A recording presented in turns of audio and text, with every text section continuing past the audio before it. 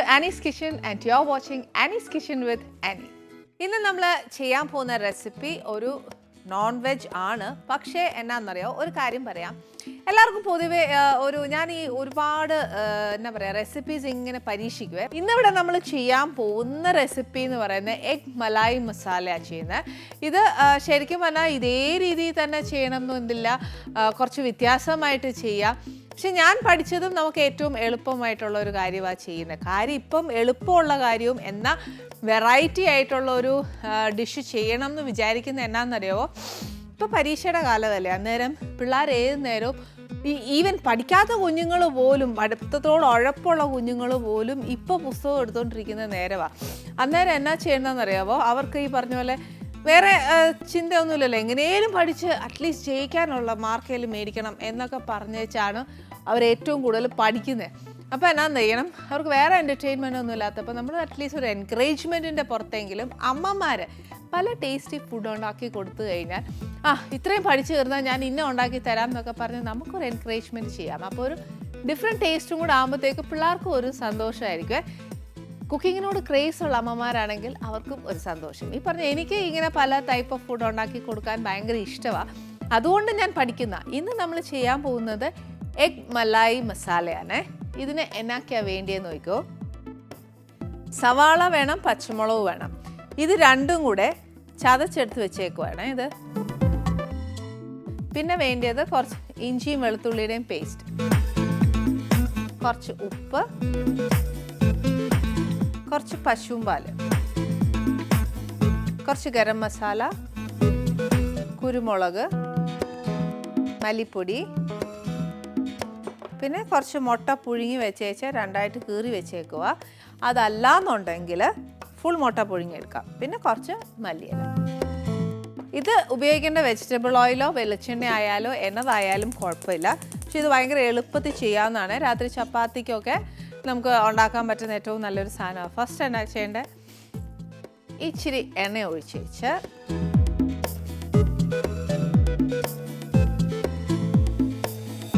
ഇതിനകത്തോട്ട് നമ്മൾ ഈ അരച്ച് വെച്ചേക്കുന്ന ഉള്ളിയും പച്ചമുളകും, അതായത് നമ്മൾ എന്തോരം മുട്ട എടുക്കുന്നതെന്ന് വെച്ചാൽ ഗ്രേവി എന്തോരം വേണമെന്ന് വെച്ചാൽ അതനുസരിച്ച് വേണം നമ്മൾ ഉള്ളിയും പച്ചമുളകും എടുക്കാൻ. ഉള്ളി എടുക്കുന്നത് ഗ്രേവി അനുസരിച്ച്, പച്ചമുളക് എന്ന് പറയുന്നതാണ് ഈ കറിയുടെ എരിവ്. അന്നേരം എത്ര എരിവാണ് വേണ്ടിയെന്ന് വെച്ചാൽ അതനുസരിച്ച് ചേർക്കാം. പക്ഷേ ഈ ഒരു കറിക്ക് എന്നാന്ന് ഒത്തിരി എരിവ് കൊള്ളുകയില്ല, ഇങ്ങനെ എന്നൊക്കെ പറഞ്ഞ് കഴിക്കാനായിട്ട് കൊള്ളുകയില്ല. ഇതൊരു സോഫ്റ്റ് എന്താ പറയുക, ഒരു മൈൽഡായിട്ടുള്ള എരിവേ ഉള്ളൂ, അല്ലാതെ ഒത്തിരി എരിവുള്ള കറി അല്ല ഇത്.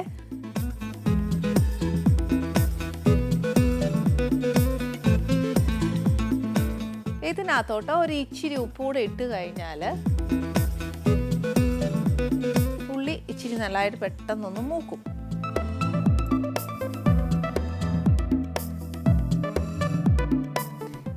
ഇത് ഉണ്ടാക്കുമ്പോഴത്തേക്കുണ്ടല്ലോ, എൻ്റെ ഒരു അഭിപ്രായത്തിൽ ഞാൻ പറയും, ഇപ്പം നമ്മളിവിടെ പശുവും പാലാണ് എടുത്ത് വെച്ചേക്കുന്നത്. ഇപ്പം മേടിക്കുന്ന പശുവും പാലൊക്കെ ഇനിയിപ്പോൾ എത്ര കറി വീണെന്ന് പറഞ്ഞാലും ശരി, വിനാഗിരി ഒഴിച്ചെന്ന് പറഞ്ഞാലും ശരി, ഈവൻ നാരങ്ങയുടെ പുളി വീണാലും ശരി, അത് പിരിഞ്ഞു വരാൻ തന്നെ ഒരു ഇച്ചിരി സമയമെടുക്കും. അതുകൊണ്ട് പെട്ടെന്നൊന്നും പിരിയുകയില്ല. അതുകൊണ്ട് പശുവും പാൽ ഒഴിക്കുന്നതുകൊണ്ട് കുഴപ്പമില്ല. പക്ഷേ കറിക്ക് കുറച്ചുകൂടെ ഒരു സ്വാദ് വരണം എന്നുണ്ടെങ്കിൽ തേങ്ങാപ്പാൽ എടുക്കുന്ന ഏറ്റവും നല്ല. പിന്നെ ഈ പറഞ്ഞ പോലെ എപ്പോഴും നമ്മുടെ ഫ്രിഡ്ജിൽ കരുതുന്ന ഒരു സാധനമാണ് പാല്. അപ്പോൾ പാലെപ്പോഴും കാണും, തേങ്ങ ചിലപ്പോൾ പെട്ടെന്ന് നോക്കുമ്പോൾ കാണുകയില്ല, നമ്മൾ മേടിക്കാനൊക്കെ മറന്നുപോയി കാണും. അപ്പോൾ അങ്ങനെ ആണെങ്കിൽ നമുക്ക് പശുവും പാൽ എടുക്കുക. ഇല്ല നമ്മുടെ കയ്യിൽ തേങ്ങ ഉണ്ടെന്നുണ്ടെങ്കിൽ തേങ്ങാപ്പാൽ എടുക്കുന്നതാണ് ഏറ്റവും നല്ലത്.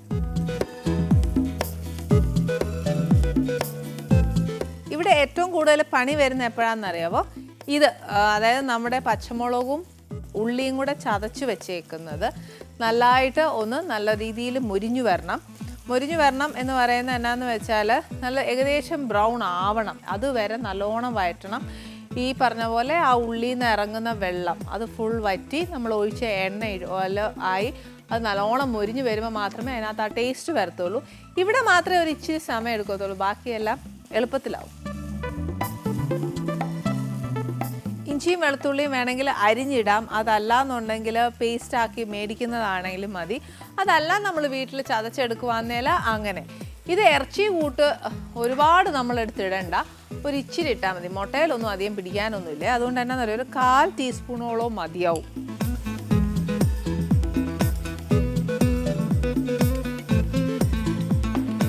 ഇത് രണ്ടും കൂടെ നല്ലോണം ഒന്ന് വഴന്ന് മുരിഞ്ഞ് വരണം. അതായത് ഫുൾ വെള്ളമൊക്കെ ഒന്ന് പറ്റി മുരിയണം.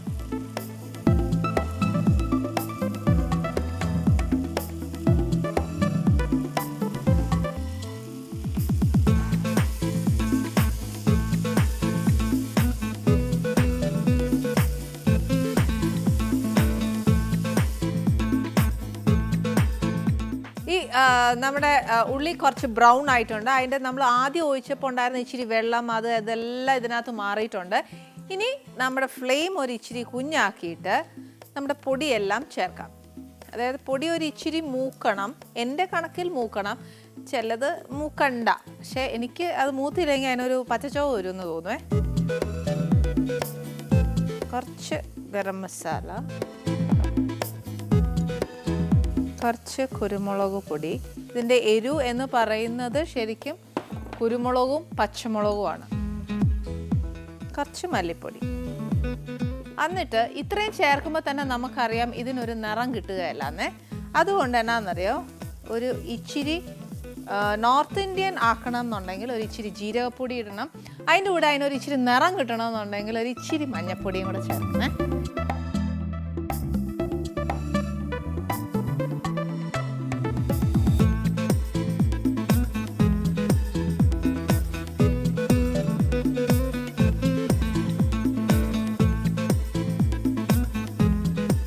ഇതിനകത്തോട്ട് പശുവും പാല് അല്ലെന്നുണ്ടെങ്കിൽ നമ്മുടെ തേങ്ങാപ്പാൽ.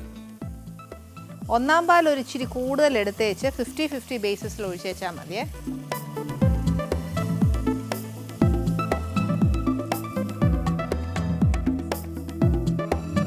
ഉപ്പ് എന്ന് പറയുന്നത് നമ്മൾ നേരത്തെ കുറച്ചേ ഇട്ടിട്ടുള്ളൂ. പക്ഷേ ഇത്രയും ഗ്രേവിയും ആ മുട്ടയിലും ഒരു ഇച്ചിരി പിടിക്കാനായിട്ട് ഒരു ഇച്ചിരിയും കൂടി ഇടുക. പിന്നെ നോക്കി വെച്ചിട്ടേച്ചാൽ മതിയേ.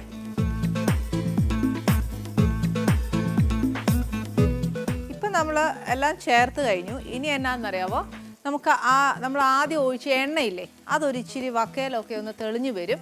അതുമാത്രമല്ല, ഉള്ളിൽ നിന്നും ഒക്കെ ആ ഒരു എണ്ണ മുകളിലോട്ട് വരുന്ന സമയത്ത് നല്ല ഹൈ ഫ്ലെയിമേ കൊടുത്തു. അപ്പോൾ എന്നാന്നറിയാം, ഇപ്പം നമ്മുടെ ചേർത്തേക്കുന്ന പൊടിയായാലും ഈ പറഞ്ഞ പോലെ അതൊച്ചിരി വെന്തു ഒക്കെ വരണം. അല്ലെന്നുണ്ടെങ്കിൽ ഉണ്ടല്ലോ ഈ പറഞ്ഞ പോലെ എല്ലാം ഒക്കെയല്ല, എല്ലാം ഒന്ന് ചേരണ്ടേ, അല്ലെങ്കിൽ അത് പ്രത്യേകമായിട്ട് നിൽക്കും. ഇനിയിപ്പോൾ കുരുമുളക് പൊടിച്ചതിടണമെന്നുണ്ടെങ്കിൽ അതിടാം. അതല്ല ചതച്ചതിടുവാണെങ്കിൽ ഇച്ചിരിയും കൂടി രുചി കൂടുവേ. ഇതിപ്പം നോക്കിയാൽ ഈ വക്കിൻ്റെ അറ്റത്തൊക്കെ ഇങ്ങനെ എണ്ണ തെളിഞ്ഞു വന്നിട്ടുണ്ട്. ഇനി ഞാൻ എന്നാ ചെയ്യാൻ പോവാ, ബാക്കി പാലും കൂടി ഇതിനകത്തോട്ട് ഒഴിച്ചേച്ച് ഇച്ചിരി മല്ലിയിലയും കൂടെ ഇടുക.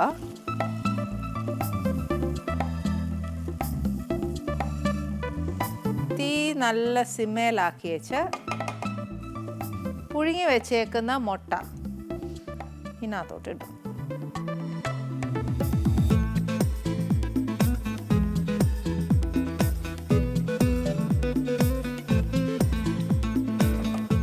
തിരിച്ചും മറിച്ചും ഇട്ട് അതാക്കണം എന്നുണ്ടെങ്കിൽ അങ്ങനെ ചെയ്യാം. അതല്ല മുഴുവനെ ഇടുവാന്നേൽ അതിനെ ഒന്ന് വരഞ്ഞേച്ച് വേണം ഇടാൻ. ഒന്ന് വരഞ്ഞ് എന്നാ പറയുക, അതിന് ഉള്ളിലേക്കെല്ലാം നമ്മൾ ചേർത്തേക്കുന്ന മസാല എല്ലാം പിടിക്കാനായിട്ട് ഒന്ന് വരഞ്ഞേച്ചിടുക. അല്ലെന്നുണ്ടെങ്കിൽ പുഴുങ്ങി വെച്ച മുട്ട വരഞ്ഞേച്ച് ഇച്ചിരി ഉപ്പും കുരുമുളകും ഒന്ന് പുരട്ടി വെച്ചേച്ചാലും മതി. ഇതൊന്നും ഇല്ലെന്നുണ്ടെങ്കിൽ ഇങ്ങനെ രണ്ടായിട്ട് കീറിയേച്ച് ഇങ്ങനെ ഈ ഗ്രേവിയിലോട്ട് ഇടുക.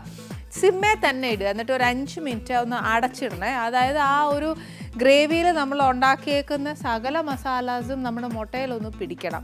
പിന്നെ ഇതൊന്ന് മറിച്ചിടണം എന്നുണ്ടെങ്കിൽ അങ്ങനെ ചെയ്യാം. അപ്പോൾ ആ ഉണ്ണിയുടെ ഒരു എന്താ പറയുക, ഒരു ടേസ്റ്റും കൂടെ എല്ലാം ഇതിനകത്തോട്ട് ഇറങ്ങും.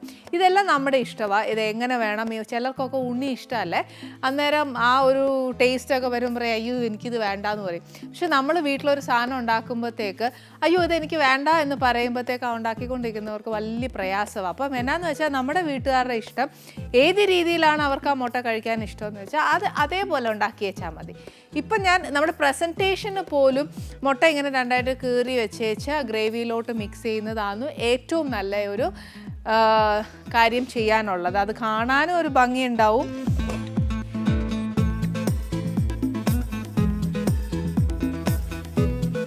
ഞാൻ ഞാൻ ഈ ഗ്രേവി ഒരു ഇച്ചിരി ഇതിനകത്തോട്ട് പൊതിയുവാണ്. അതല്ലാന്നുണ്ടെങ്കിൽ മറിച്ചിടാം.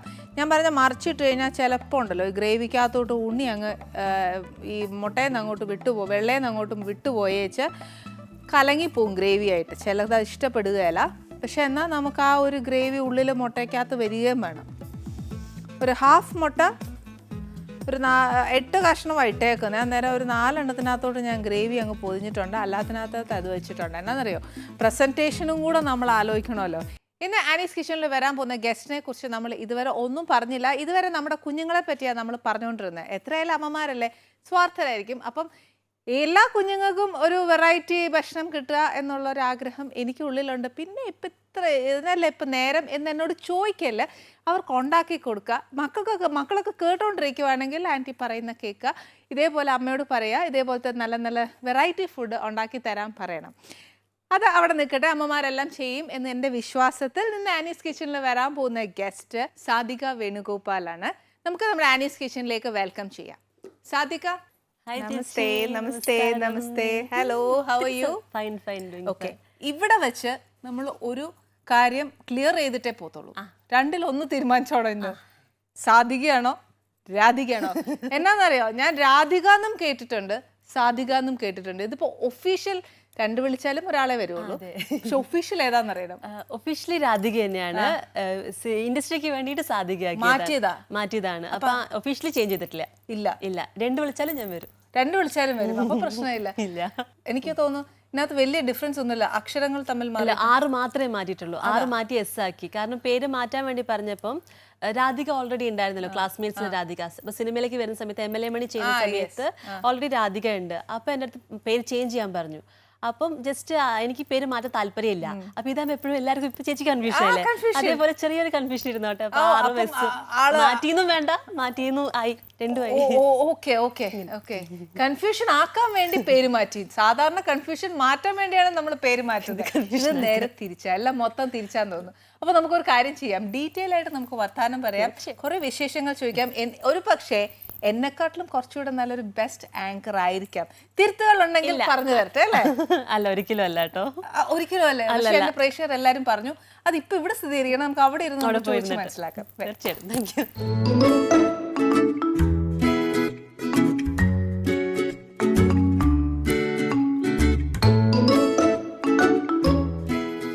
ആദ്യം സാധിക വേണുഗോപാൽ, രാധിക വേണുഗോപാൽ, ഇതൊരു കൺഫ്യൂഷൻ എന്തായാലും ഞങ്ങളെ ആക്കി. എന്നാലും ഞങ്ങൾക്ക് കൺഫ്യൂഷൻ പോയതങ്ങനെ എങ്ങനെയാണെന്നറിയാവോ, 2 വിളിച്ചാൽ ഒരാളല്ലേ വരുള്ളൂ, അതുകൊണ്ട് ടെൻഷൻ ഇല്ല. എത്ര നാളായി മോളെ ഫീൽഡിലേക്ക് വന്നിട്ട്? ഇപ്പൊ 10 വർഷമായി ചേച്ചി. മോഡലിംഗിലാണ് സ്റ്റാർട്ട് ചെയ്തത്. അതിനുശേഷം സിനിമ ചെയ്തു, പിന്നെ സീരിയൽ ചെയ്തു, പിന്നെ വീണ്ടും ആങ്കറിങ് സ്റ്റാർട്ട് ചെയ്തു. അത് കഴിഞ്ഞ് പിന്നെയും സിനിമ. അങ്ങനെ ഫസ്റ്റ് ആങ്കറിംഗ് ആയിരുന്നു? അല്ല, ഫസ്റ്റ് മോഡലിംഗ് ആയിരുന്നു. ആക്ച്വലി മോഡലിംഗിൽ നിന്നാണ് മോളെ കണ്ടുപിടിച്ചത്? മോഡലിംഗ്, അതായത് അച്ഛനും അമ്മയും ഫീൽഡ് തന്നെയാണ്. അച്ഛൻ ഡയറക്ടർ ആയിരുന്നു, KS യദുവംശന്റെ അസോസിയേറ്റ് ആയിരുന്നു. മഞ്ഞിലാസിലായിരുന്നു അച്ഛൻ വർക്ക് ചെയ്തിട്ടുണ്ടായിരുന്നത്. അപ്പൊ അച്ഛന് നല്ല കോൺടാക്ട് ഉണ്ട്. പക്ഷെ ആ കോൺടാക്ട് ഒന്നും എനിക്ക് ഉപകാരപ്പെട്ടിട്ടില്ല. അച്ഛൻ അങ്ങനെ ആരോടും പറയില്ല. അച്ഛൻ അങ്ങനെ ആരോടും പറയുന്നില്ല. പക്ഷെ ചെറുപ്പത്തിലെ അമ്മയും ഈ ഫീൽഡ് ആയതുകൊണ്ട് അമ്മയോട് ഒരുപാട് പേര് ചോദിക്കാറുണ്ട്. അമ്മ ആർട്ടിസ്റ്റ് ആയിരുന്നു. അപ്പം അമ്മ ഉപ്പില് സെക്കൻഡ് ഹീറോയിൻ ആയിരുന്നു. പിന്നെ ഇളനീരിന്റെ ഒരു സിനിമ, അച്ഛൻ ഡയറക്ടർ സിനിമയാണ്, അതിൽ അമ്മയായിരുന്നു ഹീറോയിൻ. അതിന് അമ്മേനെ എങ്ങനെ അടിച്ചോണ്ട് പോകുന്നത്? അത് അച്ഛമ്മ അമ്മേനെ അടിച്ചു മാറ്റിയത്. അച്ഛമ്മ, കാരണം അച്ഛന് കല്യാണം എനിക്ക് വലിയ താല്പര്യം ഉണ്ടായിരുന്നില്ല. അപ്പൊ അതിൽ അച്ഛനും അമ്മയും ഭയങ്കര അടിയായിരുന്നു. അപ്പൊ അത് കണ്ടപ്പോഴത്തോന്നു അച്ഛനും മെരുക്കാൻ പറ്റിയ ആളിതാന്ന് തോന്നിയിട്ടാന്ന് തോന്നുന്നു. അങ്ങനെ അമ്മേനെ അച്ഛൻ്റെ ലൈഫിലോട്ട് കൊണ്ടുവന്നു. അപ്പം അതിനുശേഷം ഇപ്പം മോഡലിംഗ് ഈ പറഞ്ഞ പോലെ എനിക്ക് സത്യം പറഞ്ഞാൽ കോളേജിൽ എത്തിയപ്പോഴാണ്. ചെറുപ്പത്തിലെ ഒരുപാട് വരുമായിരുന്നു. അച്ഛൻ്റെ 2-3 ആഡ്സിലൊക്കെ ചെയ്തിട്ടുണ്ട് ചെറുതായിട്ട്. പക്ഷെ എനിക്ക് പെട്ടെന്ന് ദേഷ്യം വരും. അപ്പം അങ്ങനത്തെ കുറച്ച് ക്യാരക്ടറായിരുന്നു. അപ്പം അത് കാരണം നമുക്ക് ഇൻഡസ്ട്രി തീരെ പറ്റാത്തൊരു കാര്യം അത്. കാരണം നമ്മളിപ്പോൾ ഒരു ഷൂട്ടൊക്കെ വെച്ചിട്ട് ഒരു ഇത് വെച്ചിട്ട് എന്തെങ്കിലും ചെയ്യാൻ പറഞ്ഞു കഴിഞ്ഞാൽ 1 പ്രാവശ്യം 2 പ്രാവശ്യം ചെയ്യും, പിന്നെ എനിക്ക് മടിയാവും. പിന്നെ ദേഷ്യം വരും, ഞാൻ ചെയ്യൂല എന്നൊക്കെ പറയും. അങ്ങനെ കുറേ പ്രശ്നം ഉണ്ടായിരുന്നു. അപ്പോൾ അതിനുശേഷം പിന്നെ കോളേജിൽ വന്നപ്പോഴാണ് ഫ്രണ്ട്സൊക്കെ പറഞ്ഞ് ചെയ്യണം എന്നൊക്കെ പറഞ്ഞ് എനിക്ക് ഡിഗ്രി പഠിക്കുന്ന സമയത്ത് സത്യം പറഞ്ഞാൽ മോഡലിംഗ് സ്റ്റാർട്ട് ചെയ്യുന്നു, മോഡലിംഗ് ആയിട്ട്. അപ്പോൾ എനിക്കും സ്വന്തമായിട്ടൊരു ഇഷ്ടം വന്നു.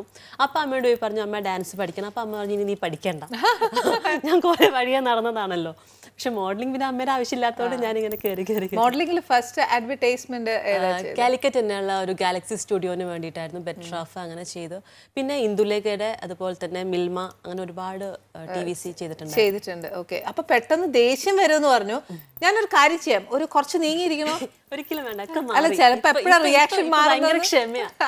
ക്ഷമ പഠിച്ചു. ക്ഷമ പഠിച്ചു. അതെങ്ങനെ പഠിച്ച? ലൈഫിന്റെ എക്സ്പീരിയൻസ്ഡ് ആണ്. ആ ലൈഫിന്റെ എക്സ്പീരിയൻസ് ഇങ്ങനെ വെച്ച് ഇങ്ങനെ ഒരുപാട് ക്ഷമ ഇതിന് ആവശ്യമുണ്ട് എന്ന് മനസ്സിലായി. ഇതിനാവശ്യമല്ല, സൈക്കോളജി പഠിച്ചു. അപ്പൊ സൈക്കോളജി പഠിച്ചതുകൊണ്ട് അതിന്റെ കൂടെ സാർമാരോടൊന്ന് പറഞ്ഞ് അപ്പൊ നമുക്ക് സ്വന്തമായിട്ട് മനസ്സിലാവാൻ തുടങ്ങി എന്തുകൊണ്ടാണ് ദേഷ്യം. അതെ. ഓക്കെ, അപ്പൊ ഫസ്റ്റ് മോഡലിംഗിൽ നിന്നാണ് ആക്ടിംഗിലേക്ക് വരുന്നത്. പിന്നെ ആങ്കറിംഗ് ചൂസ് ചെയ്ത് ആങ്കറിങ് ഞാനൊരു ബ്രേക്ക് എടുത്തിട്ടുണ്ടായിരുന്നു പട്ടുസാരി കഴിഞ്ഞപ്പം.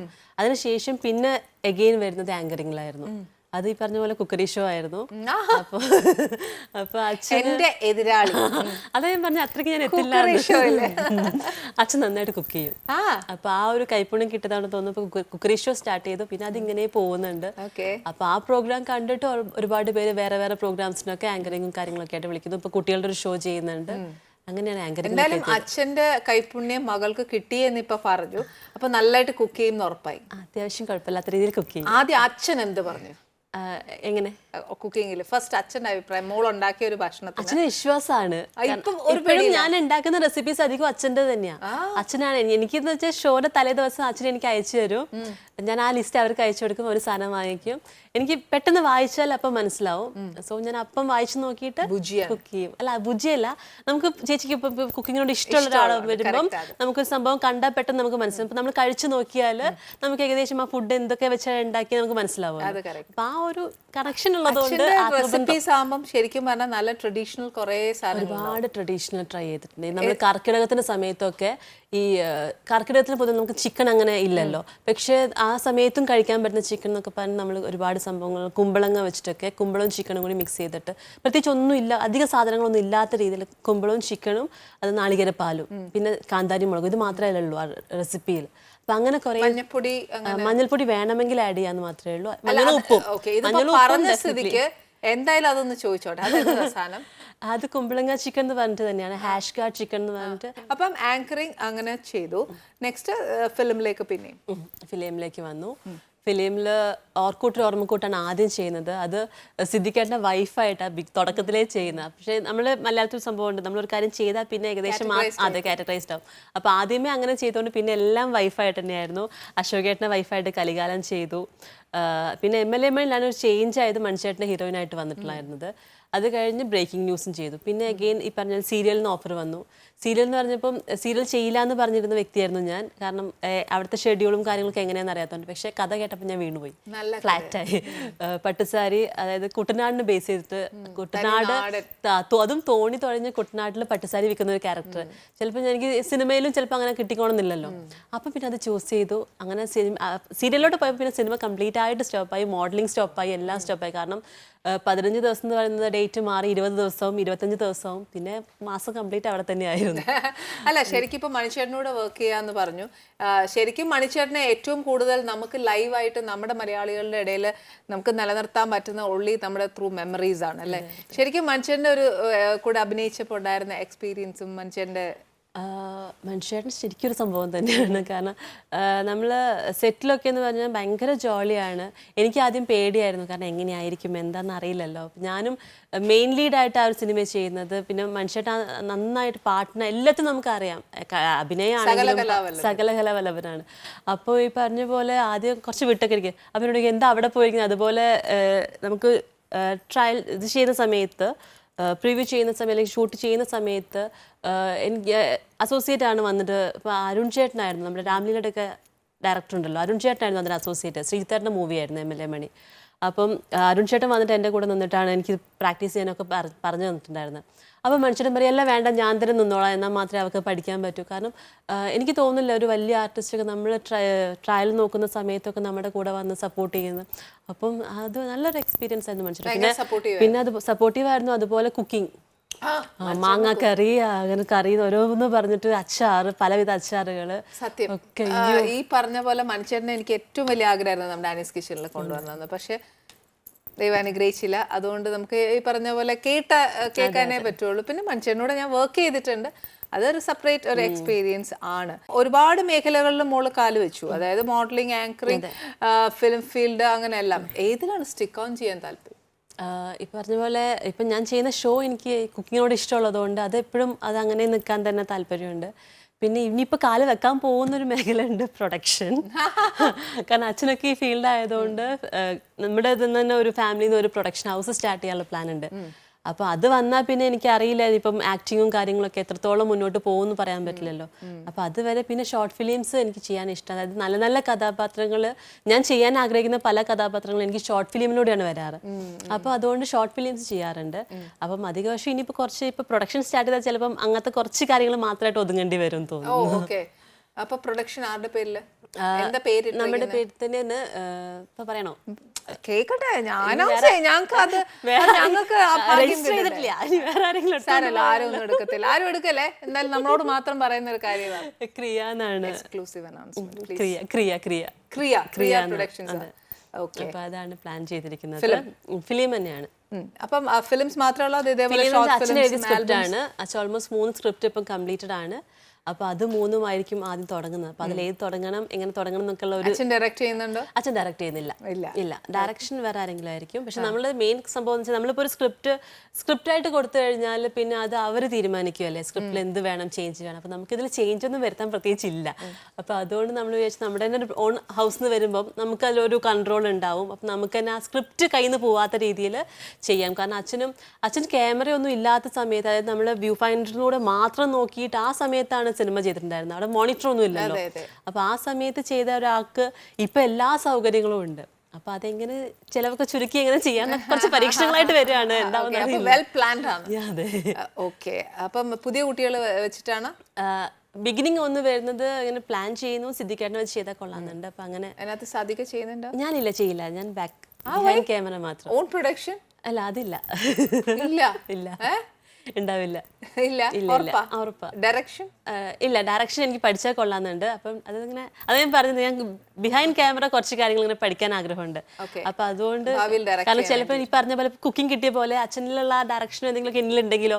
അപ്പൊ അത് ഇപ്പോഴും ഞാൻ സീരിയലോ അല്ലെങ്കിൽ മറ്റേ ഷോർട്ട് ഫിലിം ചെയ്യുമ്പോഴും ഇപ്പൊ പട്ടുസാരി ചെയ്യുമ്പോഴേക്കും നസീർക്ക് പറയാറുണ്ടായിരുന്നു, നിനക്ക് ഭാവിയിൽ ഡയറക്ടറാണ്. കാരണം ചില ഷോർട്ടൊക്കെ ഇക്ക് അവിടെ നമുക്ക് എടുത്താലോ. അപ്പൊ ഇക്ക് എടുക്കാറുണ്ട് കേട്ടോ ചില സജഷൻസ് ഒക്കെ. അപ്പൊ ചിലപ്പോൾ അത് ഉണ്ടാവും ഉള്ളിൽ. അപ്പം പറയാൻ പറ്റില്ല. ഇനിയിപ്പോ നാളെ ചിലപ്പോൾ അങ്ങനെ ഡയറക്ഷനിലേക്ക് നീങ്ങാൻ പറയാൻ പറ്റില്ല.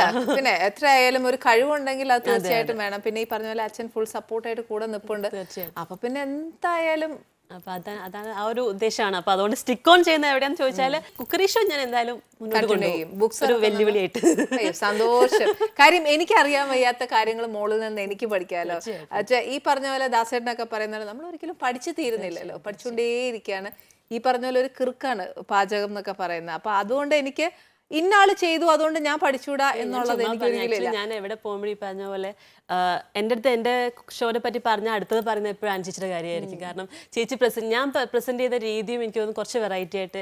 കോഴിക്കോടാണല്ലോ, അപ്പോൾ ആ ഒരു സ്റ്റൈൽ ഓഫ് ഭാഷയൊക്കെ അങ്ങനത്തെ. അതേപോലെ തന്നെ ചേച്ചിയുടെ അതേ ഭാഷ. അപ്പോൾ ആ ഒരു വ്യത്യാസം. അപ്പോൾ എൻ്റെ അടുത്ത് എന്തെങ്കിലും പറഞ്ഞാൽ പിന്നെ വരുന്ന അനുചേച്ചിയുടെ പേരായിരിക്കും. അപ്പോൾ എല്ലാവരും എല്ലാം ഒരുപോലെ അവർ കാണുന്ന, അവർക്ക് ഇഷ്ടമുള്ളതാണെന്ന് തോന്നുന്നു. അതെ, പിന്നെ തീർച്ചയായിട്ടും ഉറപ്പ്. അങ്ങനത്തെ നമ്മൾ പ്രേക്ഷകരുമായിട്ട് ഏറ്റവും കൂടുതൽ അടുത്ത് നിന്നാലല്ലേ അവർക്ക് സന്തോഷമുള്ളൂ. അല്ലാതെ നമ്മൾ ഫോർമലായിട്ട് നിന്നിട്ട് കാര്യമില്ല. എനിക്ക് ഒട്ടും എൻ്റെ പ്രേക്ഷകരോട് നിൽക്കാൻ ഒരു താല്പര്യമില്ല. അവരുടെ വീട്ടിലെ ഒരു അംഗമായിട്ട് എന്ന് നിൽക്കണം, അതാണ് ഏറ്റവും ഇഷ്ടം. ഇപ്പൊ കുക്കറി ബുക്ക് അത് പ്ലാൻ ചെയ്യുന്നുണ്ട്. കാരണം ഇപ്പൊ ഓൾമോസ്റ്റ് എനിക്ക് തോന്നുന്നു ഒരു 3000 അറൗണ്ട് റെസിപ്പീസ് ചെയ്തു. അപ്പൊ അതിങ്ങനെ ഷോ ആയിട്ട് തന്നെ ചെയ്തു, ഷോയില് മാത്രം.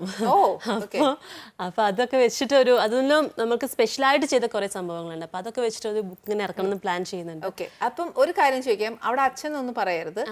സ്വന്തം പേരിലിറക്കും, അച്ഛന്റെ പേരിലിറക്കും? എന്റെ പേരിലിറക്കും. പ്രശ്നം അതല്ല. എന്താന്ന് വെച്ചാൽ അച്ഛന്റെ പേര് എവിടെയും വരുന്ന ഇഷ്ടമല്ല. God promise. സത്യമായിട്ടും അച്ഛൻ ചെയ്ത സ്ക്രിപ്റ്റുകൾ പോലും വേറെ ആൾക്കാരുടെ പേരിലാണ്. അച്ഛൻ സിനിമ ചെയ്തപ്പോഴും സിത്താര എന്ന പേര് കൊടുത്തത്. അച്ഛൻ ശരിക്കും വേണുഗോപാൽ എന്നാണ്. അച്ഛന് വേണ്ടി വേറൊരു പേരെടുത്ത് ആ പേരിലാണ്. അച്ഛന് ഇഷ്ടമല്ല. അല്ല, അപ്പൊ മോള് കുഞ്ഞുനാള് പഠിക്കുമ്പം എന്തായിരുന്നു എയിം? അങ്ങനെ ഒന്നുമില്ല, ഇത് തന്നെയായിരുന്നു അതോ? ഒട്ടും പ്രതീക്ഷിച്ചിട്ടില്ല ഇവിടെ വരുന്നത്. അതായത് പറഞ്ഞ അമ്മയൊക്കെ പറയുമ്പോഴൊക്കെ ഞാൻ ഇല്ല അനിയനായിരുന്നു. മോണാക്ട്, മിമിക്രി, പാട്ട് എല്ലാം അപ്പൊ ഞാൻ വിചാരിച്ചു അവനായിരിക്കും എല്ലാം, എനിക്കൊന്നും ഇല്ല. ഞാനിപ്പോ വന്നപ്പോ ഇങ്ങനെ ഓരോന്ന് ചെയ്ത് എല്ലാം ചെയ്യുന്നുണ്ട്. അവനാണെങ്കിൽ നേരെ ഉൾട്ടയായി. അവനിപ്പം ആർക്കിടെക്റ്റ് ആയിട്ട് വർക്ക് ചെയ്യാണ് ബാംഗ്ലൂർ. അച്ഛന്റെ കഴിവ് മോനെ കിട്ടി. ചെയ്യുന്നുണ്ടോ?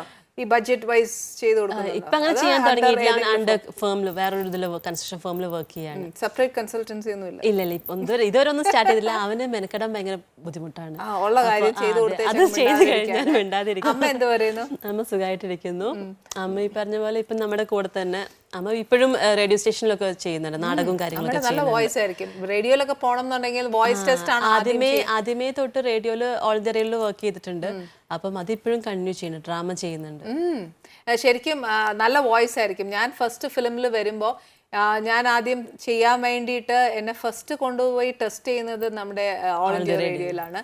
അപ്പൊ ഇത് ഒരു ഇതാ ചെയ്തത്, നാടകം പോലെയൊക്കെയാണ് ചെയ്തത്. അപ്പം ബാലലോകം ഉണ്ടല്ലോ ആ സമയത്ത്, അതായിരിക്കും ഞാൻ ചെയ്തത്. എനിക്ക് അതിനെ പറ്റൊന്നും ഒരു അറിവുമില്ല. പക്ഷെ ഞാൻ പറയുന്നത് അപ്പോഴാണ് അവിടെ പറയുന്നത് കേട്ടിട്ടുണ്ടോ, വോയിസ് നോക്കണം, അത് നോക്കണം എന്നൊക്കെ. എൻ്റെ വോയിസ് ഒക്കെ ഇട്ടിട്ട് നാട്ടിൽ ഓടി കാണും അത്. പക്ഷെ അമ്മ പാടുവോ? അമ്മ പാടും. അതായത് അങ്ങനെ പാട്ടായിട്ടില്ല, പക്ഷെ അമ്മ എല്ലാം പഠിച്ചിട്ടുണ്ട്. പാട്ട് പഠിച്ചിട്ടുണ്ട്, ഡാൻസ് പഠിച്ചിട്ടുണ്ട്, നാടകം ഒക്കത്തിലുണ്ടാവും. അമ്മ ഭയങ്കര ആക്റ്റീവ് ആയിരുന്നു. അപ്പൊ അമ്മയുടെ സകല ക്വാളിറ്റീസും കിട്ടണം എന്ന് ആഗ്രഹിച്ചിട്ടാണ് അമ്മ കുഞ്ഞുനാൾ മുതലേ ഇങ്ങനെ നടത്തിയത്. അതിന് മോൾ ഒട്ടും അടുത്തില്ല. വലുതായി മെച്ചൂർഡായിട്ട് സ്വയം ബോധം വീണപ്പോഴാണ് അന്ന് അത് പഠിച്ച അമ്മ പറഞ്ഞ കറക്റ്റ് ആയിരുന്നു, പഠിച്ചാൽ കൊള്ളാന്ന് തോന്നിയത് അല്ലേ? പാട്ട് പഠിച്ചാണ് വൈകി വന്ന വസന്തം പറഞ്ഞു. പാട്ട് പഠിച്ചില്ലേ? പാട്ട് പഠിച്ചിട്ടില്ല. പാട്ട് പഠിക്കാൻ പോയത് അമ്മയുടെ അനിയത്തിയുടെ അടുത്താണ് പോയത്. അമ്മയുടെ അനിയത്തി എന്ത് പ്രശ്നം ഉണ്ടെങ്കിലും അമ്മയുടെ അനിയത്തി സപ്പോർട്ട് ചെയ്യുമായിരുന്നു എന്നെ. പാട്ട് പഠിക്കാൻ പോയപ്പോൾ ടീച്ചറായല്ലോ, അപ്പൊ അവിടുന്ന് ഒരു നുള്ളു കിട്ടി. അതോടെ അവിടെ ഞാൻ ഇറങ്ങി ഓടി. പിന്നെ ദേഷ്യമായില്ല, പക്ഷെ ഞാൻ പിന്നെ വഴിക്ക് പോയില്ല. പാട്ട് പഠിത്തം അതോടെ നിർത്തി. എന്നാലും മൂളിപ്പാട്ട് പാടും? മൂളിപ്പാട്ട് പാടാറുണ്ട്. അറ്റ്ലീസ്റ്റ് കുഞ്ഞമ്മ പഠിപ്പിച്ചു എന്നുള്ള ഒരു താങ്ക്സ് ഗിവിംഗ് എങ്കിലും കൊടുക്കാം. ഭവൻസിലെ ടീച്ചറൊക്കെ അവസാനം ഞാൻ പാടി കഴിഞ്ഞാൽ എന്തായാലും മോളെ കൊണ്ട് ഞങ്ങൾ പാടിക്കും. അല്ല, എന്തായാലും ഞങ്ങൾ മോളെ കൊണ്ട് പാടിക്കും. അപ്പൊ പിന്നെ എന്തായാലും ടീച്ചർ കേട്ടോളൂ, പഠിച്ചത് എന്തോരം ഉണ്ട് എന്നുള്ളത് മനസ്സിലാക്കാലോ. പച്ചക്കറിക്കായ തട്ടിൽ പാടിക്കോളൂ. പച്ചക്കറിക്കായ തട്ടിൽ ഒരു മുത്തശ്ശി പൊട്ടറ്റോ ചൊല്ലി, കുഞ്ഞോളെ കുമ്പാരി മാമുണ്ട് ചാഞ്ചാട്. പച്ചക്കറിക്കായ തട്ടിൽ ഒരു മുത്തശ്ശി പൊട്ടറ്റോ ചൊല്ലി, കുഞ്ഞോളെ കുമ്പാരി മാമുണ്ട് ചാഞ്ചാട്. വെള്ളരി പിഞ്ചു പോലും ചുമ്മാ കള്ളക്കണ്ണീരൊഴുക്കി, തക്കാളി പപ്പാളി അച്ചിങ്ങ മച്ചിങ്ങ പിച്ചിങ്ങയോടൊത്ത് പിച്ച നടന്നു ചൊല്ലി, കുഞ്ഞോളെ കുമ്പാരി മാമുണ്ട് ചാഞ്ചാട്. കുഞ്ഞോളെ കുമ്പാരി മാമുണ്ട് ചാഞ്ചാട്. Thank you. കിട്ടിയ കഴിവിനെ ദൈവാനുഗ്രഹിച്ച് കളയരുത്. മാത്രമല്ല ചുറ്റും ആൾക്കാരും ഉണ്ട് നമ്മളെ ക്ലിയർ ചെയ്യാൻ. പിന്നെ ഞാൻ പറയുന്നില്ല ഒന്നും, കഴിവുകൾ കളയരുത്. ഇല്ല, തീർച്ചയായിട്ടും ഞാൻ ട്രൈ ചെയ്യുന്നതാണ്. അത് മാത്രമല്ല പെട്ടെന്നൊക്കെ പാടാൻ പറഞ്ഞാൽ അത് ഇത്രയും ആൾക്കാർ കണ്ടോണ്ടിരിക്കുമല്ലേ, അപ്പൊ ചെറിയ ടെൻഷൻ. അല്ല, 3 പ്രാവശ്യം പാടാൻ പറഞ്ഞിട്ട് മിക്കവാറും നേരത്തെ പറഞ്ഞ സ്വഭാവം ഇവിടെ ഇറക്കിയത്. അതല്ല, അതിപ്പോ ഇല്ലാന്ന് പറഞ്ഞില്ല. ക്ഷമ പഠിച്ചു.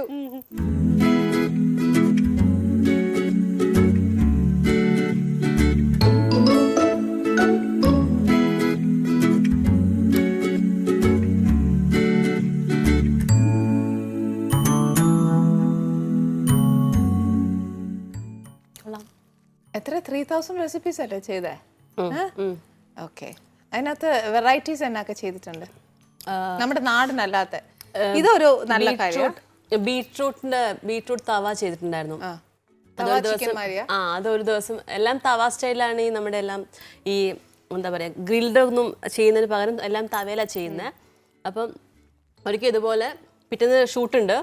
തലേ ദിവസം റെസ്റ്റോറൻറ്റിൽ പോയിട്ട് അവിടെ നിന്ന് ഇങ്ങനെ തവ ഓർഡർ ചെയ്തു. അപ്പോൾ അതിൻ്റെ കൂടെ നമ്മളൊക്കെ ടേസ്റ്റിന് വേണ്ടി അവർ ഇതൊക്കെ സലാഡ്സ് വെക്കുമ്പോൾ ബീട്രൂട്ടൊക്കെ ഉണ്ടാവുമല്ലോ. അപ്പോൾ അവിടെ ഇരുന്നപ്പോൾ ഒരു ഐഡിയ തോന്നി എങ്ങനെ ഉണ്ടാവുമെന്ന്. അങ്ങനെ പോയിട്ട് ശരിക്കും ട്രൈ ഔട്ട് ചെയ്തിട്ടല്ലേ നമ്മൾ ചെയ്യുന്നത്? അല്ല, വിശ്വാസമാണ്. ഇപ്പം നമ്മുടെ ന്യൂ ജനറേഷനിലെ കുട്ടികളെല്ലാം ഭയങ്കരമായിട്ട് ഹെൽത്ത് കോൺഷ്യസ് ആണ്. അപ്പം അവർക്ക് പറ്റിയ ഫുഡൊക്കെ എന്താ നോക്കുന്നത്? അങ്ങനെ ടേസ്റ്റ് വരണം. ടേസ്റ്റ് വരണം. പക്ഷെ എൻ്റെ എല്ലാത്തിലും എണ്ണ വളരെ കുറവായിരിക്കും. ടേസ്റ്റിന് വേണ്ടിയിട്ട് അങ്ങനെ പൊതുവേ എണ്ണ വളരെ കുറവാണ് യൂസ് ചെയ്യുന്നത്. പിന്നെ ബിരിയാണിയൊക്കെ ഈ പറഞ്ഞ ഓയിൽ ഫ്രീ ബിരിയാണിയൊക്കെ ചെയ്തിട്ടുണ്ട്. അത് അച്ഛൻ കണ്ടുപിടിച്ചു തന്ന കേട്ടോ. കാരണം നമ്മുടെ സവോളയല്ലേ, സവോള ആദ്യമേ ഉണക്കിയിട്ട് വാട്ടും. അപ്പൊ പിന്നെ ഓയിൽ യൂസ് ചെയ്യേണ്ട ആവശ്യമില്ല. വെയിലത്ത് ഉണക്കും. ഇനി അല്ലെങ്കിൽ നമ്മൾ സാധാരണ തവയിൽ വെച്ചിട്ട് ഡ്രൈ ആക്കിയാൽ മതി. അതിലത്തെ വെള്ളം മുഴുവൻ വറ്റിക്കഴിഞ്ഞാൽ അതിന് തന്നെ ഓയിൽ പ്രൊഡ്യൂസ് ചെയ്യുമല്ലോ. അപ്പോൾ എക്സ്ട്രാ നമുക്ക് വാട്ടാൻ വേണ്ടിയിട്ട് പിന്നെ ഓയിൽ യൂസ് ചെയ്യേണ്ട ആവശ്യമില്ല. അപ്പം അങ്ങനെ ഓയിൽ ബാക്കി ഇൻഗ്രീഡിയന്റ് ഒക്കെ ചേർക്കുമ്പോൾ എണ്ണ എടുക്കും. ആ സെയിം എണ്ണ അത്ര എണ്ണയിലല്ല വാട്ടുന്നത്, പ്ലെയിൻ ആയിട്ടാണ് വാട്ടുന്നത്. സപ്പോസ് ഉള്ളി നമ്മൾ നല്ലോണം ബേസ് ആയിട്ട് എണ്ണയിലാണ് അങ്ങനെ ആകുമ്പോൾ പൊടി മാത്രമേ യൂസ് ചെയ്യുള്ളൂ, ഗരം മസാല പൊടിയായിട്ട് യൂസ് ചെയ്യുന്നത്. അപ്പൊ അത് വാട്ടില്ല, അത് ചതച്ചെടുക്കും. ഒന്നും അധികം അങ്ങനെ വാട്ടില്ല. പിന്നെ അത്ര വാട്ടണമെങ്കിൽ എല്ലാം ഡ്രൈ ആയിട്ട് വാട്ടും. അങ്ങനെ യൂസ് ചെയ്യണം നിർബന്ധമാണെങ്കിൽ ഈ പറഞ്ഞ പോലെ ഒലീവ് ഓയിൽ യൂസ് ചെയ്യും. അപ്പൊ അങ്ങനെ ഈ പറഞ്ഞ പോലെ ചെയ്തിട്ടുണ്ട് കുറെ സംഭവങ്ങൾ, അങ്ങനെ കുറെ വെറൈറ്റി ആയിട്ടുള്ള സാധനങ്ങൾ. അപ്പൊ ഈ ഹെൽത്ത് കോൺഷ്യസ് ആയിട്ടുള്ള ആൾക്കാർക്ക് വേണ്ടിയിട്ട് അത്തരം കാര്യങ്ങളൊക്കെ ട്രൈ ഔട്ട് ചെയ്യാം. പാചകം അവിടെ നിൽക്കട്ടെ, ഇനി അടുത്ത് നമ്മുടെ ഫീൽഡിലേക്ക് വരാം. എനിക്ക് തോന്നുന്നു മോള് കുറേ നല്ല ക്യാരക്ടർ ഷോർട്ട് ഫിലിംസിൽ ചെയ്തിട്ടുണ്ട് അല്ലേ? നല്ല നല്ല ക്യാരക്ടേഴ്സ്, മോർ ദാൻ ഫിലിംസ്. ഈ 10 ഷോർട്ട് ഫിലിമാണ് ഇപ്പൊ 10ാമത്തെ ഷോർട്ട് ഫിലിമാണ് ഇപ്പൊ റിലീസിന് ഉണ്ടായിട്ടുണ്ട്. ലാസ്റ്റ് റിലീസ് ചെയ്തിട്ടുള്ള പെർഫ്യൂം എന്ന് പറഞ്ഞിട്ട്. ഞാൻ നേരത്തെ ചേച്ചിയോട് പറഞ്ഞ പോലെ തന്നെ ഫിലിമിനേക്കാൾ കൂടുതൽ ക്യാരക്ടേഴ്സ് എനിക്ക് കിട്ടിയിട്ടുള്ള ഷോർട്ട് ഫിലിംസിലാണ്. ഇപ്പൊ റാന്തലിൽ ഒരു പക്ക കമ്മ്യൂണിസ്റ്റ് ആയിട്ടുള്ള അങ്ങനെ ഒരു പ്രോസ്റ്റിറ്റ്യൂട്ട് ആയിരുന്നു, പക്ഷെ ഒരു കമ്മ്യൂണിസ്റ്റുകാരിയായിട്ടുള്ള അങ്ങനത്തെ ഒരു സംഭവത്തിൽ അത്രയും ഒരു പഴയ കാലത്തൊരു സാധനം ചെയ്തിട്ടുള്ളത്. അതുപോലെ ബ്രാന്ന് പറഞ്ഞിട്ടൊരു ഷോർട്ട് ഫിലിം ചെയ്തൊക്കെ എൻ്റെ ഒരുവിധം എല്ലാ ഷോർട്ട് ഫിലിംസും വിവാദമായിട്ടുള്ള ഷോർട്ട് ഫിലിംസ് തീർച്ചയായിട്ടും. അപ്പം ശരിക്കും ഭയങ്കര നല്ല ഇതായിട്ടാ നേരിട്ടത് അല്ലേ? അത്യാവശ്യം ബോൾഡാണ് എൻ്റെ ക്യാരക്ടർ, പൊതുവേ ബോൾഡാണ്. അപ്പൊ അത് കാരണം ഉള്ള കാര്യം ഉള്ളത് അപ്പൊ തന്നെ പറയും, ഇന്നത്തേക്ക് വെക്കാറൊന്നുമില്ല. ഫേസ്ബുക്കിലൊക്കെ വലിയ പോസ്റ്റ് ഒക്കെ എന്ത് ഫേസ്ബുക്കിലാണെങ്കിലും ഇപ്പൊ സൈബർ അറ്റാക്സ് വന്നാലും ഫേസ്ബുക്കിൽ ആരെങ്കിലും എന്തെങ്കിലും കമന്റ്സ് വന്നാലും ഒക്കെ ഈ പറഞ്ഞ പോലെ എനിക്ക് പറയാനുള്ളത് അപ്പം പറയും ഞാൻ. കാരണം അത് നമ്മൾ പറയാതിരുന്നിട്ട് കാര്യമില്ലല്ലോ. ഒരു കുറച്ച് കാലം കഴിഞ്ഞിട്ട് നമ്മളിപ്പോൾ ഒരു ക്യാമ്പയിനോ അല്ലെങ്കിൽ ഇതൊക്കെ വരുമ്പോൾ മാത്രം എനിക്ക് അന്ന് അങ്ങനെ അതിൽ കാര്യമില്ല. നമ്മൾ പറയേണ്ടത് അപ്പം പറഞ്ഞാൽ അവിടെ തീരും. അങ്ങനെ അല്ല, ഇപ്പൊ നമ്മൾ അങ്ങനെ പറയുവാന്ന് വിചാരിച്ചോ, നമ്മളെയൊക്കെ ബേസിക്കലി പഠിപ്പിക്കുന്ന എങ്ങനെ പറയാം, പെൺകുട്ടികൾ വളർന്നു വരുമ്പോൾ ആരുടെ മുഖത്ത് നോക്കി ഇങ്ങനെ സംസാരിക്കരുത്, തൻ്റെടി അഹങ്കാരി ധിക്കാരി എന്നുള്ളൊരു പേര് വരും, അടങ്ങി നിൽക്കുമെന്ന് പറഞ്ഞിട്ടാണ് നമ്മളെല്ലാവരെയും പഠിപ്പിച്ചു വരുന്നത്. പക്ഷെ ഇപ്പത്തെ ഈ കാലത്ത് പെൺകുട്ടികൾ അങ്ങനെ നിൽക്കാൻ പറ്റില്ല അല്ലേ? നമ്മൾ അങ്ങനെ നിന്ന് പോയി കഴിഞ്ഞാൽ പോയി. ഇപ്പൊ നമുക്കറിയാം, നമുക്കിപ്പൊ തന്നെ എല്ലാ വഴി കൂടെ നമ്മൾ കിട്ടുന്ന ന്യൂസസ് അങ്ങനെയാണ്. ഒരു കുട്ടിക്കും ഈ പറഞ്ഞ പോലെ തൻ്റെ ഇടത്തോളം നിൽക്കുന്ന കുട്ടികൾ പോലും പരാജയപ്പെട്ടു പോകുന്നുണ്ട്. അപ്പൊ ശരിക്കും പറഞ്ഞാൽ ബീങ് എ വിമൻ, മോൾ എന്തൊരു അഡ്വൈസ് ആണ് അവർക്കൊക്കെ കൊടുക്കാൻ ആഗ്രഹിക്കുന്നത്? ഈവൻ ഫേസ്ബുക്കിൽ ഇങ്ങനെയൊക്കെ നമ്മൾ റിയാക്ട് ചെയ്താൽ നമുക്ക് അതിന്റെ തിരിച്ചടി കിട്ടും എന്നുള്ളത് പ്രതീക്ഷിക്കാമല്ലോ. നമുക്ക് എന്തായാലും പോസിറ്റീവ് അല്ല. തീർച്ചയായിട്ടും ഒരുപാട് കേൾക്കേണ്ടി വരിക. പക്ഷെ ഞാൻ എപ്പോഴും സോഷ്യലാണ്, ഞാൻ എൻ്റെ പേജിലൂടെയും പറയാറുണ്ട്, അതുപോലെ ലൈവിലൊക്കെ വരുമ്പോഴും ഞാൻ പറയുന്ന ഒരു കാര്യം എന്ന് വെച്ചിട്ടുണ്ടെങ്കിൽ, നമുക്കൊരു പ്രശ്നമുണ്ടെങ്കിൽ നമ്മളപ്പോൾ അത് തിരിച്ച് പറയും. ഇപ്പം ഞങ്ങളുടെ ഇപ്പോൾ ലേറ്റസ്റ്റ് ഇപ്പോൾ ഇറങ്ങിയ എൻ്റെ ഒരു സിനിമ തീരുമാനം എന്ന് പറഞ്ഞിട്ട്, ആ സിനിമയിലും സന്തോഷേട്ടനാണ് അതിൽ മെയിൻ ലീഡ് ചെയ്തിരിക്കുന്നത്. അപ്പോൾ അതിൽ സന്തോഷേട്ടൻ എടുക്കുന്ന ഒരു തീരുമാനമാണ് ആ ഫാമിലി കംപ്ലീറ്റ് കൊണ്ടുപോകുന്നത്, ആ സിനിമ കംപ്ലീറ്റ് കൊണ്ടുപോകുന്നത്. അതായത് നമ്മൾ ചില സമയത്ത് നമ്മൾ ചില തീരുമാനങ്ങൾ എടുക്കേണ്ടി വരും. അപ്പോൾ നമ്മളത് ശരിയാവോ തെറ്റാവോ എന്ന് ആലോചിച്ചിട്ട് കാര്യമില്ല.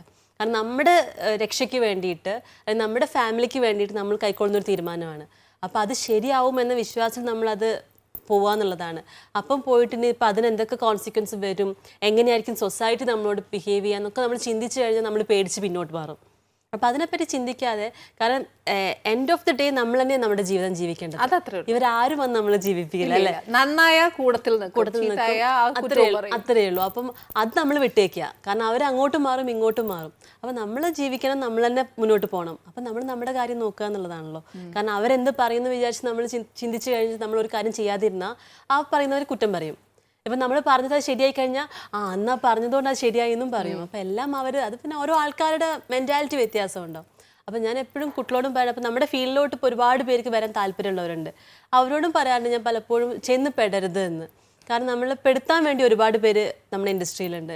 നമ്മൾ ചിലപ്പോൾ അറിയുന്ന ആൾക്കാരായിരിക്കില്ല, ഈ ഫിലിമായിട്ട് ഒരു ബന്ധം ഉണ്ടാവില്ല കേട്ടോ. പക്ഷെ അവർ പറയും ഞങ്ങൾ കോർഡിനേറ്റേഴ്സാണ്, ഞങ്ങൾ സിനിമയിലേക്ക് എത്തിക്കാമെന്ന് പറയും. പിന്നെ വേറെ വഴിക്ക് പോകുന്ന ഒരുപാട് കഥകൾ കേൾക്കുന്നു, റൈറ്റ് ട്രാക്കിൽ കൂടെ പോകും. അതെ. അപ്പോൾ അതും ഞാൻ പറയാറ്, നിങ്ങൾ നോക്കി കണ്ട് നല്ല നല്ല ഓഡിഷൻസ് വരുമ്പോൾ നിങ്ങൾ അറ്റൻഡ് ചെയ്യും. നിങ്ങൾക്ക് കഴിവുണ്ടെങ്കിൽ തീർച്ചയായിട്ടും കിട്ടും. കഴിവാണല്ലോ നമ്മുടെ ബേസ് എന്ന് പറയുന്നത്. അപ്പോൾ നിങ്ങൾക്ക് കഴിവില്ല, അല്ലാതെ നിങ്ങൾ ഒരു സ്ഥലത്ത് പോയി ഒന്നിന് വഴങ്ങിക്കൊടുത്ത് നിങ്ങൾ ഒരു ക്യാരക്ടർ കിട്ടുമെന്ന് പറയുന്നത് കേട്ടിട്ട് ആ വഴിക്ക് പോയാൽ ഒന്നിൽ നമ്മൾ വീണാൽ എല്ലാത്തിനും നമ്മൾ വീഴേണ്ടി വരും. ഇന്ന് ഒരാളായിരിക്കും, നാളെ 100 ആളായിരിക്കും. അപ്പോൾ അവരോട് അപ്പോഴും ഞാൻ പറയാറുള്ള കാര്യം വെച്ചാൽ, നമുക്കൊരു കാര്യം തലയിൽ വിധിച്ചിട്ടുണ്ടെങ്കിൽ അവിടെ തന്നെ എത്തും. ഇപ്പം ഞാൻ പറഞ്ഞില്ലേ, ഞാൻ ഒരു ലെവലും ഇല്ലാതെ ഇങ്ങോട്ട് ഒരു വഴിയേ എനിക്ക് ഉണ്ടായിരുന്നില്ല. സിനിമയോ സീരിയലോ ഒന്നും എൻ്റെ ആ ഒരു ചിന്തയിലല്ലെങ്കിൽ ഫാഷൻ ഡിസൈനിങ് ആയിരുന്നു ഇഷ്ടം. അതായിരുന്നു +2 കഴിഞ്ഞപ്പോഴേ അതിന് പോകണമെന്നാണ് പറഞ്ഞത്. സൈക്കോളജി പഠിക്കുന്നേ വിചാരിച്ചിട്ടേ ഇല്ല. അപ്പോൾ അതൊക്കെ ഞാൻ ആ ഒരു തീർച്ചയായിട്ടും എന്നെ തേടി വന്നതാണ്. അപ്പോൾ എനിക്ക് പോകേണ്ട ട്രാക്ക് ദയവായിട്ട് കാണിച്ചു തന്നാണ്, അതിലൂടെ ഞാൻ പോയിക്കൊണ്ടിരിക്കുകയാണ്.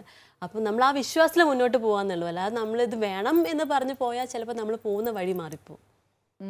ഓക്കെ, ഇപ്പൊ ഞാൻ ഒരു മോഡലിംഗ് ആയതുകൊണ്ടായിരിക്കും ഞാൻ വന്നപ്പോ തൊട്ടേ ശ്രദ്ധിക്കുന്നുണ്ട്, ഓർണമെന്റ്സിനോടൊക്കെ ഭയങ്കര ഇഷ്ടമുള്ള ഒരു കൂട്ടത്തില്. തീർച്ചയായിട്ടും ഇങ്ങനെ വെറൈറ്റി ഇടാനൊക്കെ ഭയങ്കര ഇഷ്ടമാണ്. ഭയങ്കര ഇഷ്ടമാണ്. എനിക്ക് ഏറ്റവും കൂടുതൽ പൈസ ചിലവാകുന്ന ഓർണമെന്റ്സിനും ഡ്രസ്സിനുമാണ്. എനിക്ക് വീട്ടിൽ ഡ്രസ്സ് വെക്കാൻ സ്ഥലമില്ല എന്നുള്ളതാണ് സത്യം.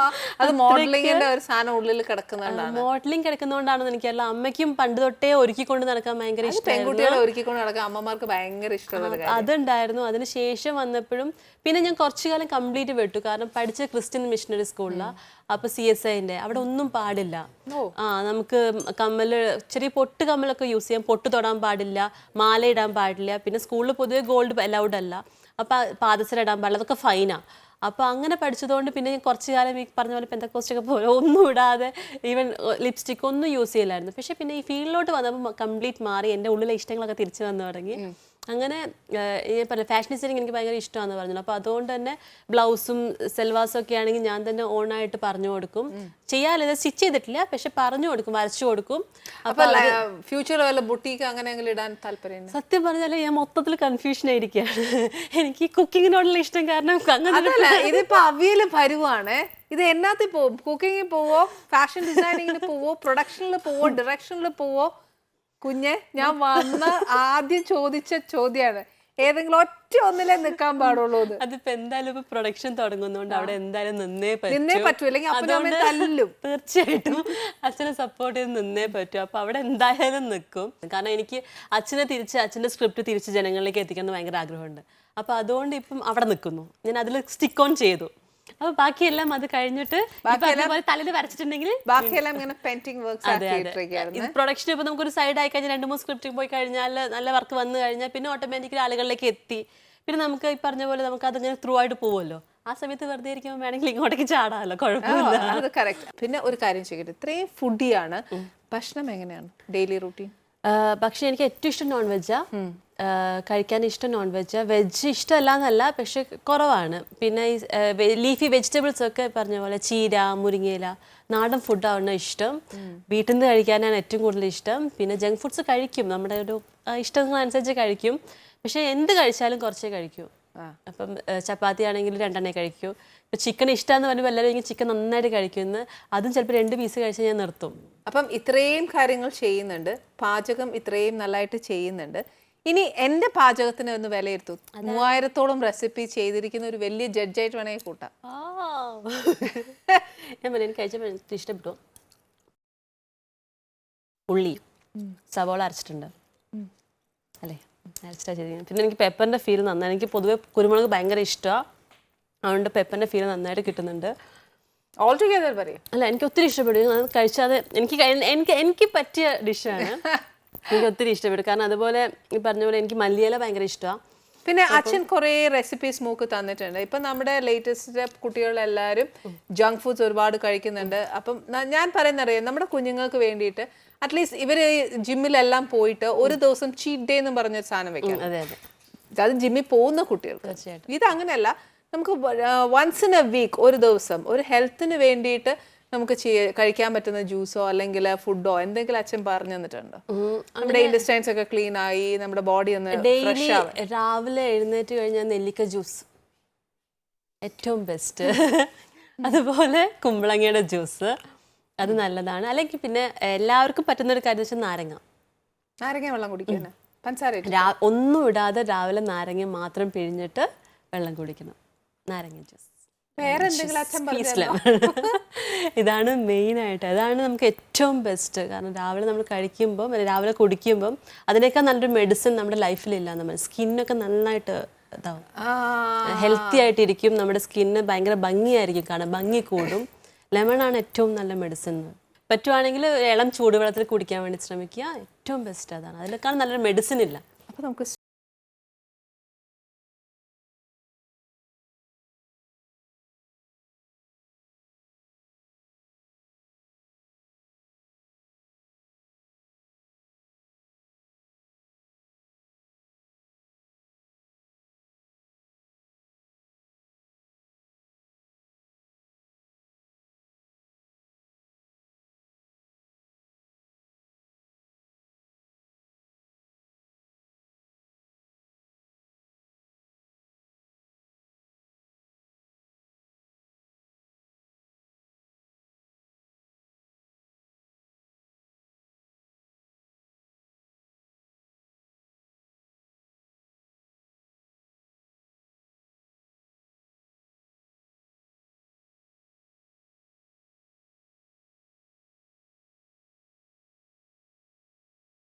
मगर चुपके चुपके सबको हो रही है, हाँ सबको हो रही है खबर, चुपके चुपके हाँ दो दिल मिल रहे हैं मगर ചുപ്പക്കെ ചുപ്പക്കെ. Thank you. വെൽക്കം. ആ ലിറിക്സിലുള്ള പോലെ വല്ലതും ഉണ്ടോ? ഏയ് ഇല്ല. ഏയ് പ്രൊഡക്ഷനിലോട്ട് ഇറങ്ങുമല്ലേ ഇനി ദോദിൽ മിൽ റഹേ എന്നൊക്കെ പറഞ്ഞങ്ങോട്ട് ചെന്നാ അച്ഛൻ മിക്കവാറും തല്ലും. ഇത്രയും വലിയൊരു റെസ്പോൺസിബിലിറ്റി ഏറ്റെടുക്കാൻ പോകുന്നിടത്താണ് ദോദിൽ കിട്ടുവടി. Anyway thank you very much. Thank you very much. പിന്നെ ഡെഫിനറ്റ്ലി ഞാൻ മാത്രമല്ല എന്റെ പ്രേക്ഷകരും എല്ലാവരും കണ്ടിട്ട് അഭിപ്രായം തീർച്ചയായിട്ടും പറയും. തീരുമാനം ഇപ്പൊ നിങ്ങളുടെ അടുത്തുള്ള തിയേറ്ററുകളിൽ ഉണ്ടാവും. അപ്പൊ എന്തായാലും ഒന്ന് പോയി കാണുക. നീ അവസാനം ഞാൻ നേരത്തെ പറഞ്ഞ പോലെ ടി വിയിൽ വന്നതിന് ശേഷം അയ്യോ ആ സിനിമ കാണേണ്ട സിനിമയായിരുന്നു പറയേണ്ട അവസ്ഥ ഉണ്ടാവരുത്. നിങ്ങളൊന്ന് പോയി കാണുക. അതുപോലെ പെർഫ്യൂം യൂട്യൂബിലും നിങ്ങൾക്ക് കാണാൻ പറ്റും. ബാക്കി ഷോർട്ട് ഫിലിംസും കാണുക, സപ്പോർട്ട് ചെയ്യുക. Thank you so much.